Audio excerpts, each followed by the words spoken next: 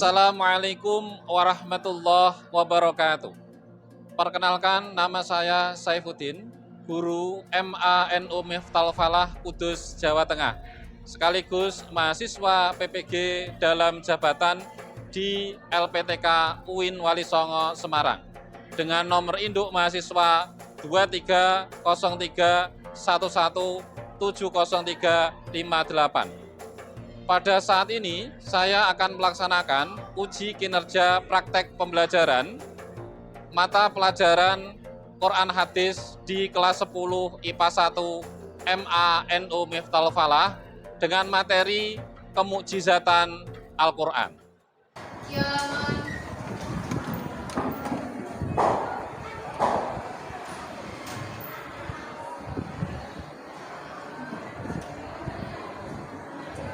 Assalamualaikum warahmatullahi wabarakatuh. Waalaikumsalam warahmatullahi wabarakatuh. Bismillahirrahmanirrahim. Rabbana ftah bainana wa baina qaumina bil haqqi wa anta khairul fatihin. Hamdan wa syukran lillah, sholatan wa salamun ala Rasulillah wa ala alihi wa sahbihi wa wala, amma ba'd. Alhamdulillah, pada kesempatan hari ini, hari Sabtu tanggal 26 Agustus 2023, kita bisa melanjutkan kegiatan pembelajaran. Bagaimana kabarnya anak-anak hari ini? Alhamdulillah sehat. Alhamdulillah semuanya dalam keadaan sehat. Karena kunci utama supaya kita bisa belajar dengan maksimal dan fokus, itu yang utama adalah sehat. Ya, harus sehat. Sudah sarapan? Sudah. Mau sarapan lagi? Mau. Iya. Ya, oke. Sebelum lebih lanjut, kita akan masuk pada materi. Terlebih dahulu akan saya absen ya. Semuanya hari ini masuk?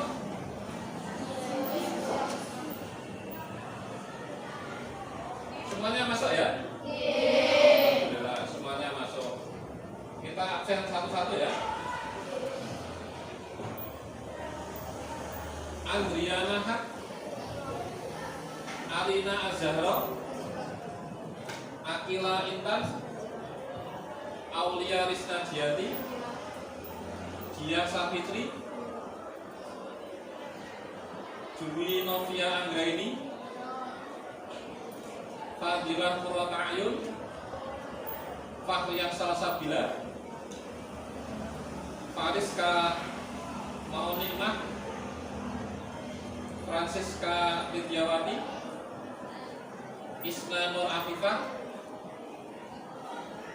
Laili Cynthia Safitri, Lia Ratnawati, Lili Nur Abida, Muadati Khairiyah, Mutia Hanza Kurniawati, Nabila Ayu Susanti, Nabila Husna, Namira Hilwa, Novisa, Nurun Nukma, Rihma Afwa Maulaya, Siti Zulaikha, Vira Elfariani, Windy Kaila Fia Ramadhani, Zahratul Moya. Alhamdulillah semua lengkap hadir, sehingga kita nanti di kelas ini tidak ada yang tertinggal untuk mendapatkan materi. Sebelum kita ke materi atau tema kita pada hari ini, lebih dulu saya akan mengulas kembali materi yang kemarin. Materi kemarin ya, yang sudah kita pelajari, itu temanya tentang apa? Bukti-bukti keautentikan Al-Quran. bahwa Al-Quran yang ada sampai hari itu memang betul-betul masih orisinil. Dasarnya apa itu? Surat apa? Al-Hijr ayat bunyinya inna nahnu nazzalna dzikra wa inna lahu lahafidun. Oke. Dalam materi kemarin itu kan ada materi tentang tahapan-tahapan tantangan Al-Quran. Ada berapa tahapan kemarin? Ada 3. Orang yang tidak percaya Quran itu kan kemudian Quran memberikan tantangan. Tantangannya adalah bahwa siapa yang tidak punya Quran itu dipersilahkan membuat Quran baru sebagai tandingan. Nah, ada berapa fase tadi tantangannya? 3. Yang pertama apa? Tantangan membuat Quran 30 juz. Yang kedua, nah kalau tidak mampu 30 juz silahkan buat. Nah, yang ketiga, nah kalau tidak mampu 10 surat berarti silahkan coba membuat tandingan 1 surat. Ini tidak akan pernah ada orang yang mampu. Contohnya seperti apa yang pernah dilakukan oleh Musailamah Al-Kadzdzab yang pernah membuat beberapa surat yang mau nandingan, tetap tidak bisa. Karena memang Al-Quran itu dijaga oleh Allah. Dan sampai hari ini ila yaumil kiamat Al-Quran itu dijaga. Oke. Berarti kita sudah masih ingat ya, masih ingat materi yang kemarin. Kemudian sebelum kita masuk ke materi, saya nanti ingin bertanya beberapa hal tentang, tapi sebelum itu biar lebih semangat, ya, biar lebih semangat. Ini kayaknya loyo katanya tak sudah sarapan. Nanti biar semangat, ya. Kita semangatkan ya, biar nanti lebih semangat dan nanti fokus dalam menerima pembelajaran. Kita pakai tepuk semangat. Tepuk semangat. Masih bisa ya? Ayo kita mulai. Tepuk 1, tepuk 2, tepuk 3. Nah, pakai suara biar lebih ada semangatnya lagi. Tepuk 1, tepuk 2, tepuk 3. Nah, alhamdulillah semuanya sudah semangat. Supaya kita nanti fokus, kita coba lebih disemangatkan dengan tepuk fokus. Bisa ya? Kita tepuk fokus, tepuk fokus. Melihat, mendengar, mengingat, fokus. Oke, tepuk tangan. Sudah, semangat ya. Kita lanjutkan. Kalau ini sudah tidak ngantuk, ya. Kalau tidak seperti itu nanti khawatirnya mendengarkan sambil ngantuk. Kalau ngantuk ya tidak paham materi. Ya. Materi kita hari ini nanti akan membicarakan tentang kemukjizatan Al-Quran. Nah, apakah kalian ada yang tahu mukjizat itu apa? Sesuatu yang luar yang datang dari sesuatu yang luar biasa yang datang dari Nabi. Kalau bukan Nabi, oh ya, kalau datang dari wali namanya karomah. Kalau di Kudus ada jenang karomah. Jenang karomah, jenang mubarok. Nah, ya. Karomah itu kalau dari wali, jadi amrun khariqun lil ada, sesuatu yang luar biasa kalau bukan dari Nabi, atau ini munculnya dari para wali, kekasihnya Allah, namanya wali Allah, atau itu disebut muncul sesuatu luar biasa itu nanti namanya karomah. Kalau dari orang soleh namanya kalau Nabi masih kecil belum jaga jadi Nabi, kalau muncul sesuatu yang luar biasa namanya kalau dari orang tidak beriman dia punya luar biasa namanya. Jadi kita tahu ya, mukjizat itu apa? Mukjizat itu hanya dimiliki oleh para nabi. Kemudian karena ini kaitannya dengan Quran, apakah Al-Quran itu mukjizat? Betulkah Al-Quran itu mukjizat?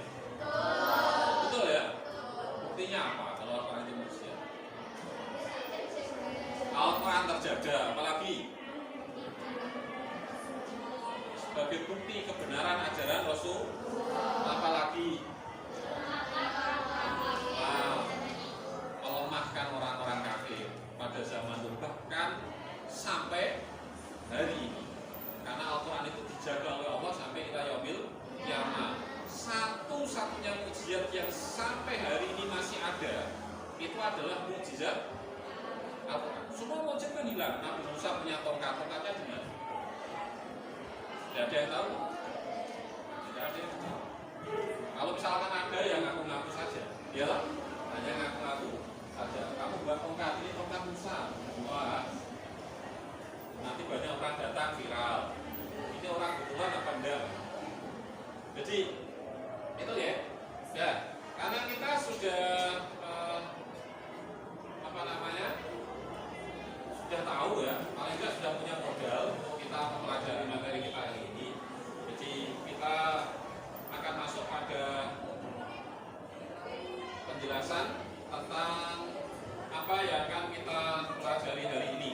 Sebelum kita mulai pembelajaran kali ini, kita berdoa lebih dulu. Mudah-mudahan dengan kita berdoa akan memberikan kemudahan dalam memahami pelajaran ini.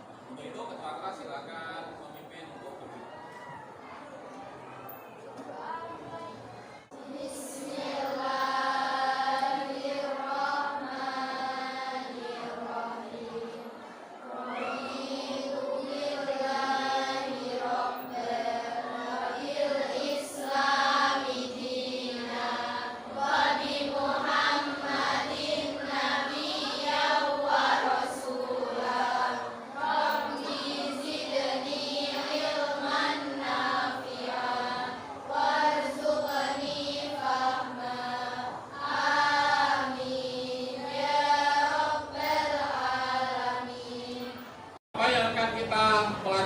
Pada hari ini, yakni menganalisis tentang kemukjizatan Al-Quran.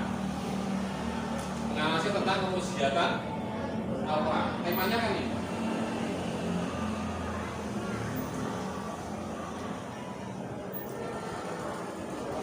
Nah, di kelas ini. Nah, ini ya. Ini yang saya sebut. Menganalisis kemukjizatan Al-Quran yang nantinya akan mewujudkan pribadi yang soleh dan muslim bagi sesama. Yang ini menjadi sebuah soleh secara individual dan juga soleh secara sosial. Ini yang nanti akan kita harapkan dari hasil pembelajaran kita hari ini. Jadi langkah-langkahnya nanti begini, materi nanti akan saya sampaikan melalui penjelasan PowerPoint. Soalnya mungkin nanti akan menyimak sebentar terkait dengan tayangan video pembelajaran yang itu nanti sebagai bahan tambahan. Nanti setelahnya kalian akan melakukan diskusi. Diskusi nanti akan dibagi menjadi 4 kelompok. Sehingga nanti disebutkan nanti ada lembar kerja peserta didik yang nanti akan saya bagikan. Nah, maka kita simak dulu. Ya. Kita masuk pada kegiatan inti. Sebagai awal bahwa Al-Quran itu kita kenal sebagai mukjizat terbesar dari Nabi kita, Nabi Muhammad SAW. Kanjeng Nabi itu memiliki sekian banyak mukjizat, sangat banyak. Meskipun yang kita tahu mungkin baru beberapa. Tetapi semua orang akan tahu bahwa Al-Quran ini adalah mukjizatnya Nabi Muhammad yang paling agung. Karena mukjizat itu terjaga hingga sampai hari ini, sampai nanti ila yaumil qiyamah. Lebih jelasnya nanti kita akan berbicara tentang masalah mukjizat, pengertiannya, syarat-syaratnya, kemudian macam-macamnya, dan juga sampai pada ijaznya Quran, kemukjizatannya Al-Quran. Ya, kita perhatikan dalam tayangan berikut ini atau dalam PowerPoint yang ada di depan. Terlihat ya. Kita awali bahwa apa yang akan kita pelajari hari ini. Peta konsepnya adalah tema kita adalah tentang mukjizatan Al-Quran.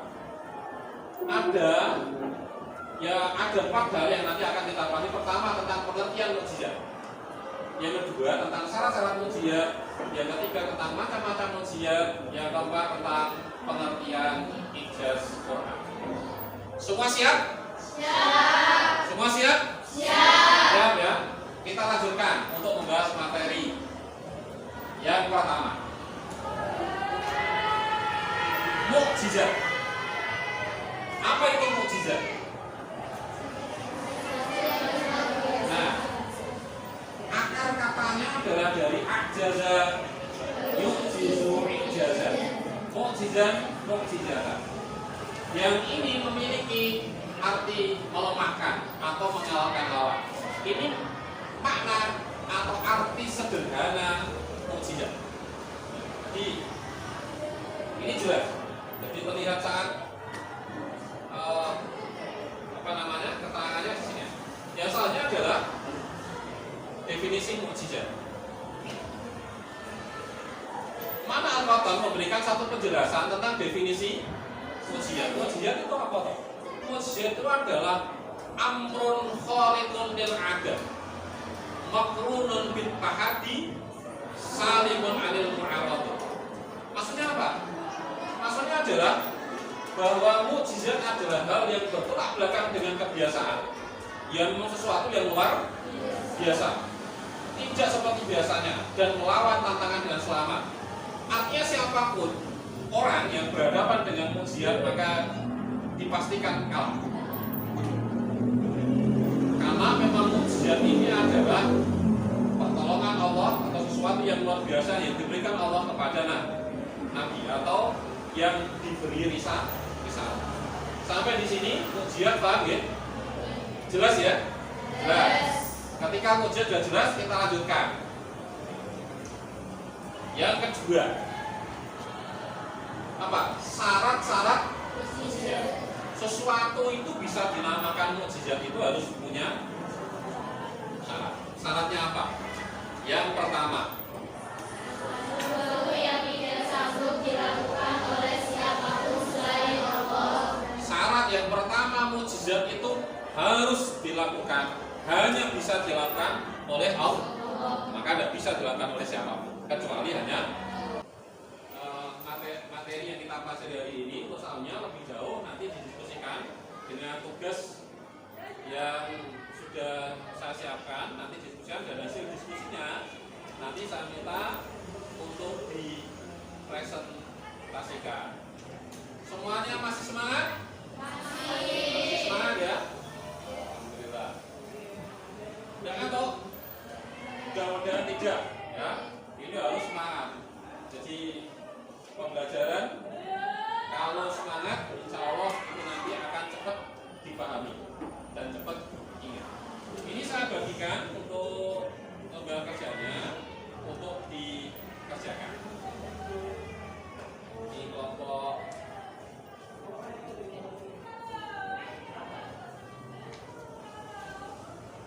sudah siap semuanya? Kalau sudah siap, silakan segera dimulai.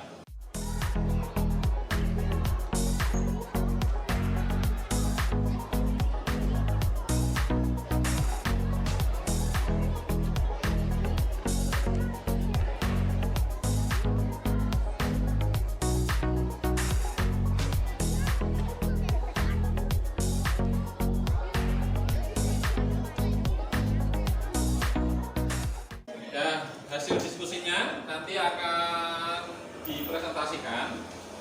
Tapi sebelum presentasi, kita lihat sebentar tayangan video terkait dengan mukjizat. Kita saksikan dulu sebelum nanti kita melakukan presentasi.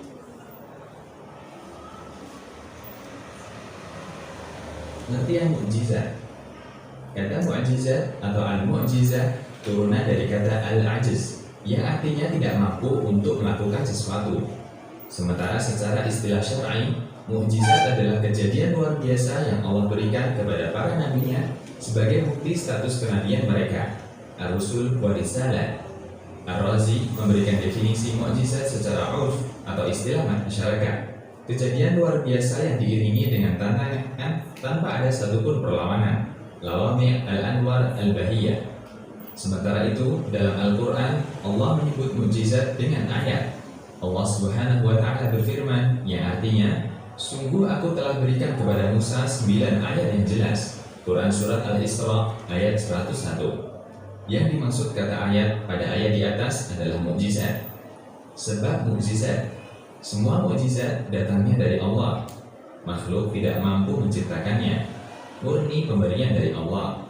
Hanya saja, dilihat dari sebabnya, bisa kita simpulkan ada dua. Satu, mukjizat yang diberikan oleh Allah kepada nabinya Shallallahu Alaihi Wasallam sebelum sang nabi itu menghadapi musuhnya, seperti yang dialami Musa alaihi salatu wassalam. Beliau diberi beberapa mukjizat sebelum beliau menghadapi Fir'aun.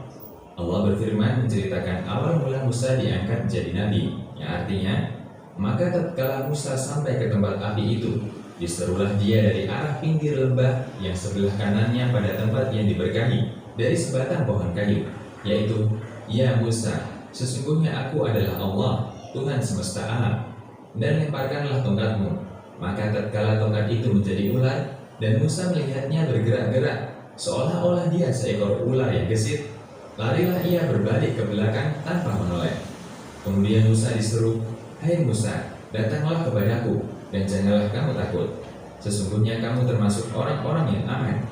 Masukkanlah tanganmu ke leher bajumu, niscaya ia keluar putih, tidak bercacat bukan karena penyakit, dan dekatkanlah kedua tanganmu ke dadamu bila ketakutan. Maka yang demikian itu adalah dua mukjizat dari Tuhanmu yang akan kamu hadapkan kepada Fir'aun dan pembesar-pembesarnya. Sesungguhnya mereka adalah orang-orang yang fasik. Quran Surat Al-Qasas ayat 30-32. Allah tunjukkan kepada Musa beberapa mukjizatnya, seperti tongkat bisa berubah menjadi ular, tangan dimasukkan ke kerah baju, ketika dikeluarkan memancar cahaya putih, dan beliau diminta mendekapkan kedua tangan ketika ketakutan. Setelah itu, beliau diperintahkan untuk mendatangi Fir'aun. 2.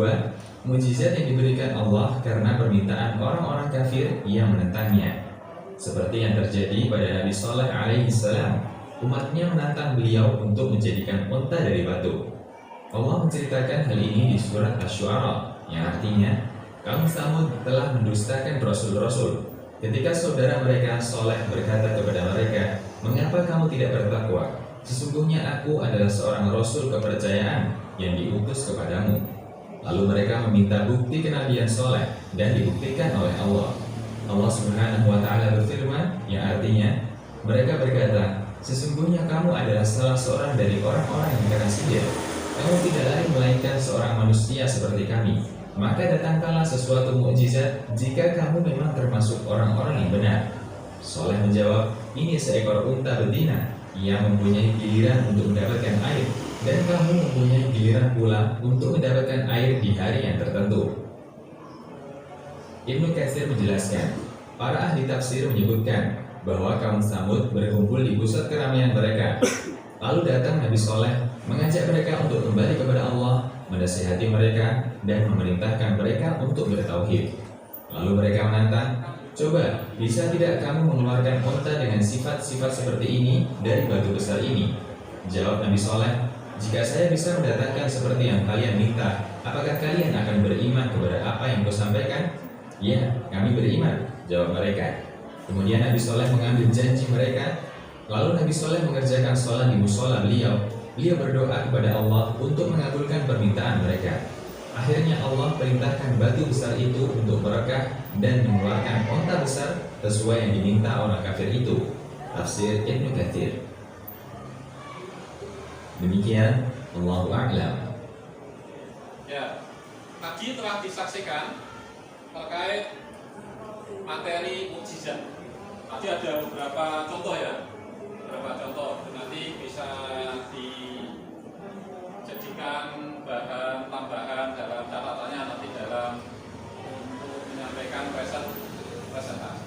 Silakan persiapan kelompok 1. Nanti selesai kelompok 1 dilanjutkan dengan kelompok 2 Selesai kelompok 2 dilanjutkan dengan kelompok 3 dan yang terakhir nanti kelompok 4. Nah, nanti sampaikan secara ringkas dan mudah dipahami materi yang telah didiskusikan. Dan kasih kesempatan kawan-kawan kalian untuk bertanya. Satu saja tidak apa-apa. Tidak usah banyak-banyak ya. Satu saja kasih kesempatan untuk bertanya, pertanyaan nanti dijawab. Semua siap? Siap ya? Kelompok 1 siap? Kelompok 1 siap? Siap ya?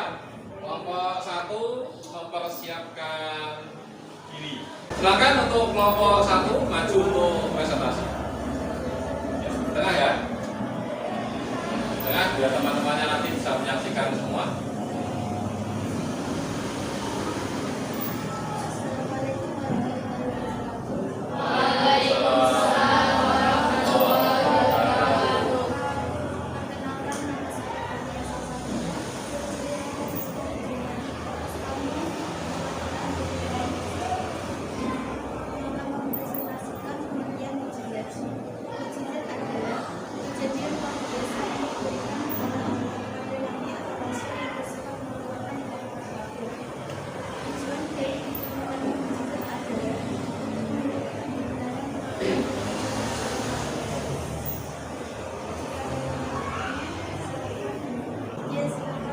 Assalamualaikum warahmatullahi wabarakatuh. Waalaikumsalam warahmatullahi wabarakatuh. Saya dari kelompok 2 izin bertanya. Kenapa Nabi dan Rasul diberi mukjizat oleh Allah? Terima kasih atas pertanyaannya. Saya akan menjawab. Karena untuk membuktikan kepada manusia bahwa mereka adalah terima kasih atas jawabannya. Wassalamualaikum warahmatullahi wabarakatuh. Waalaikumsalam warahmatullahi wabarakatuh.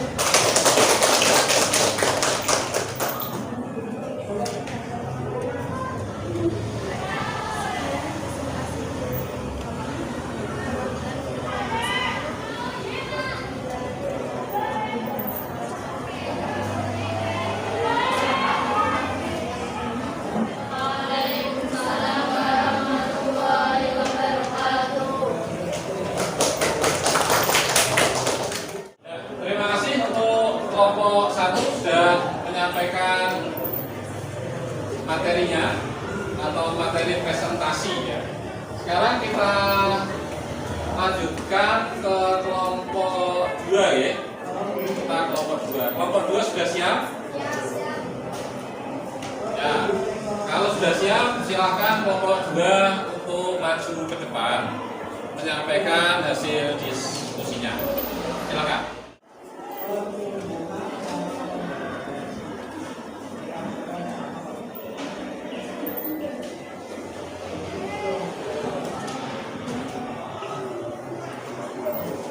Ya, silakan dimulai. Kalau nanti ada yang tanya, silakan ya. Ya, silakan. Assalamualaikum warahmatullahi wabarakatuh. Waalaikumsalam warahmatullahi wabarakatuh. Perkenalkan, saya Fria Alfaryani. Kami dari kelompok 2 akan mempresentasikan hasil dari diskusi kami, yaitu tentang syarat-syarat mukjizat. Suatu hal dapat dikatakan sebagai mukjizat karena ibadah yang sama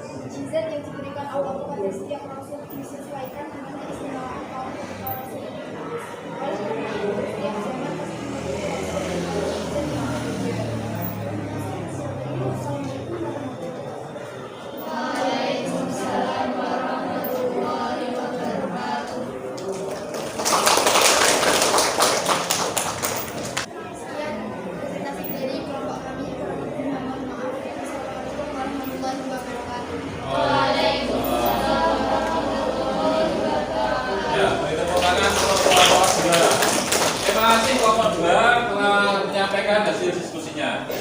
Kita akan melanjutkan pada kelompok 3. Kelompok 3 sudah siap? Siap ya untuk presentasi? Silakan untuk kelompok 3 nanti mempresentasikan hasil diskusinya. Silakan kelompok 3 untuk mempresentasikan hasil diskusinya. Ya, masuk depan. Nah, yang lain nanti dengarkan baik-baik dan nanti bisa bertanya. Ya, silakan. Waalaikumsalam warahmatullahi wabarakatuh.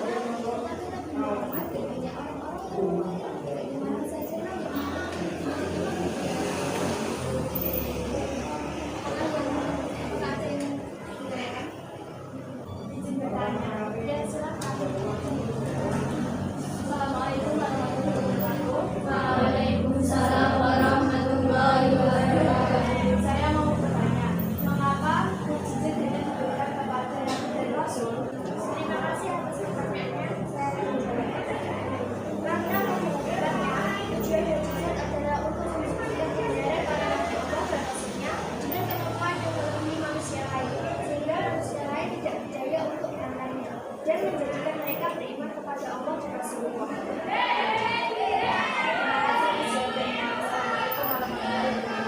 Waalaikumsalam warahmatullahi wabarakatuh. Sekian presentasi kami kali ini. Semoga bermanfaat dan bermanfaat. Assalamualaikum warahmatullahi wabarakatuh. Waalaikumsalam warahmatullahi wabarakatuh. Ya, terima kasih kelompok 3 sudah menyampaikan presentasinya. Ini sudah ada 3 kelompok ya. Sudah ada 3 kelompok yang menyampaikan hasil diskusinya. Selanjutnya silakan kelompok 4 ya. Di kelompok 4 untuk maju mempresentasikan hasil diskusinya. Siap kelompok 4 ya? Ya, silakan kelompok 4 untuk maju.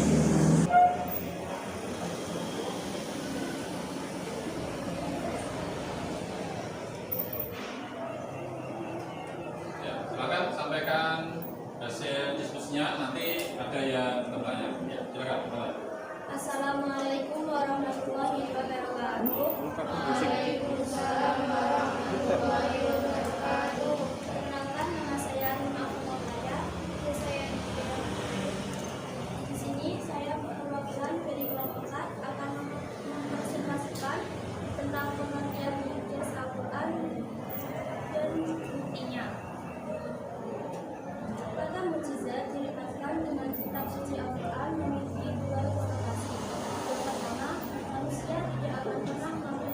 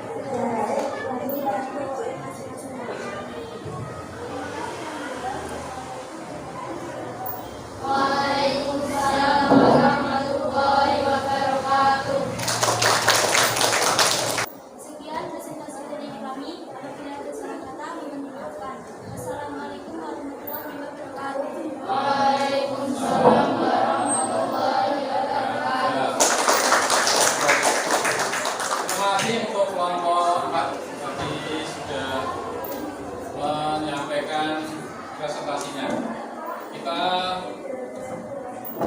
sudah sampai di penghujung, artinya bahwa apa yang sudah kita pelajari hari ini tinggal coba kita simpulkan. Tadi sudah juga disampaikan tentang syarat-syarat mujizat, bahwa mujizat itu hanya dari Allah, tidak bisa dari selain Allah, dan juga sebagai bukti, sebagai dasar bahwa orang yang membawa mujizat itu adalah utusan Allah. Sedikit evaluasi ya tadi dari diskusi kelompoknya sudah cukup baik, tapi diskusi kelompok ini nanti harus untuk ditingkatkan.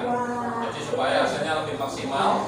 Apa yang disampaikan tadi adalah memang harus sesuatu yang dari hasil diskusi dan disampaikan supaya lebih mudah diterima oleh teman-temannya. Oke, kegiatan kita pada hari ini sudah sampai di penghujung. Ini merupakan kegiatan pembelajaran Quran hadis yang cukup luar biasa karena tadi sudah menampilkan semua kelompok untuk menyampaikan materinya. Sebagai penutup saya memberikan saran untuk semuanya tetap semangat untuk terus belajar mencari ilmu, karena mencari ilmu hukumnya adalah wajib, dan dalam mencari ilmu itu harus ada sungguh-sungguh, karena nama ilmu itu, karena al ilmu itu bita'alum, ilmu itu harus dia lakukan untuk bisa didapat, itu harus dengan sungguh-sungguh. Oleh karena itu semuanya tetap semangat dalam mencari ilmu. Sebelum saya akhiri dengan salam, mari kita tutup dulu dengan doa. Silakan ketua kelas memimpin doa.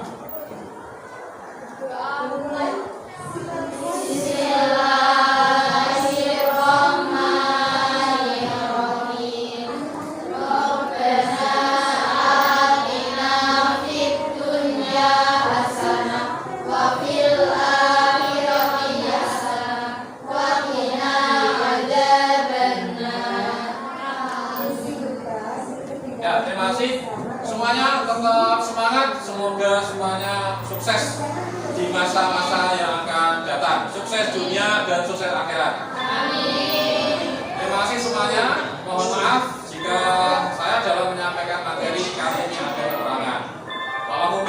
Wassalamualaikum warahmatullahi wabarakatuh.